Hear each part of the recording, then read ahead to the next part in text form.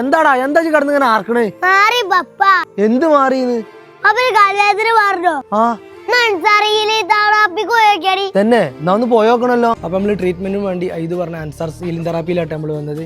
അപ്പം ഡോക്ടറെ ഒന്ന് പോയി കണ്ടോ, ഞങ്ങളും വരും. അത്യാവശ്യം തിരക്കും കാര്യങ്ങളൊക്കെ ഉള്ളതുകൊണ്ട് തന്നെ നേരത്തെ ബുക്ക് ചെയ്തിട്ട് വേണോട്ടോ വരാൻ. ഇവിടുത്തെ പരിശോധന രീതി എന്ന് പറഞ്ഞാൽ കാലിന്റെ പാദം പിടിച്ചു നോക്കിയിട്ടാണോ. വിദേശ രാജ്യങ്ങളിൽ വളരെ പ്രശസ്തമായ ഓൾട്ടർനേറ്റീവ് തെറാപ്പിയാണ് നാം ഇവിടെ നൽകുന്നത്. ഹോസ്പിറ്റലിൽ കാണിച്ചിട്ട് മരുന്നടിച്ചിട്ട് മാറാത്തന്റെ കാൽവേദന മാറ്റാൻ വേണ്ടിയിട്ടാണ് ഞാനിവിടെ വന്നത്.